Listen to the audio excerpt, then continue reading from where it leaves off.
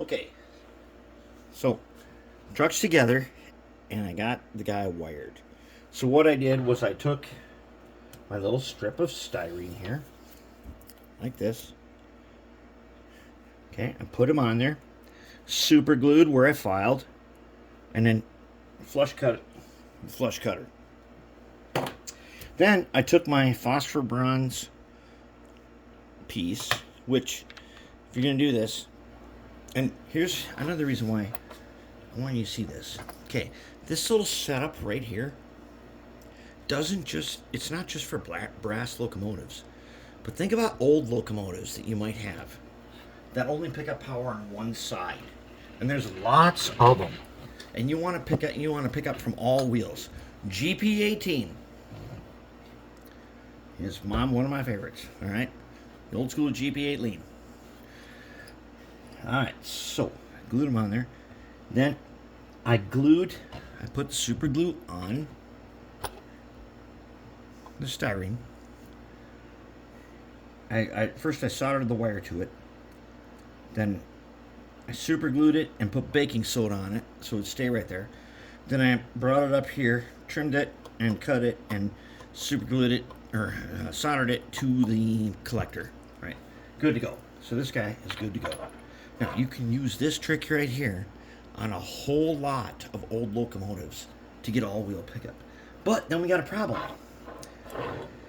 These guys go together like that. There was this guy, and he broke apart. When I tried to move him, I tried to lever him out just a little bit so we could get a little bit more, so he'd stand more reliably, because when it go like that, come apart. There's a problem. But he broke. Now what are we going to do? Well, I went to the parts bin. This is an Athearn U-joint. And the neat thing about the Athearn U-joint, the old blue box ones, is they're 5/64, and that thing right there is also 5/64. So I can put this guy on here. But he's too big. He's just too big for that. So what I'm going to have to do is I'm going to have to put him on here. I'm going to have to take a razor saw and saw off exactly what I need. And the way I will know how to do that is by doing this. If I get this guy in here.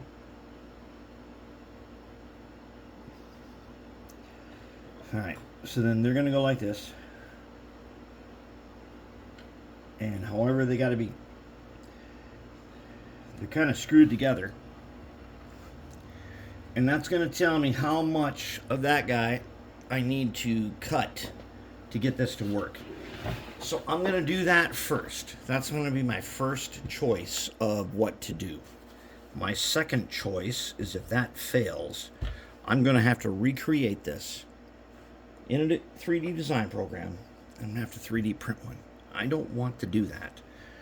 And you're like, well, why don't you use the silicone hose? Well, this guy, okay, the silicone hose is great for right here, but it ain't that great right there. It's not that great for that part. I don't know, I mean, we could slice this and stuff and try to make it work, but that's too much trouble. Let's see if we can first just slice this down with a razor saw and connect these guys. If we can do that, we should be in good shape again, because we are ready to put this piece on here. And put that piece on there, then we're going to figure out how we're going to get all of that power we've collected to the two power collectors. They got to go to the middle, which is over there. So we got to get that, and it's got to be right where that arrow is. We got to get to there. We'll see how we can do that.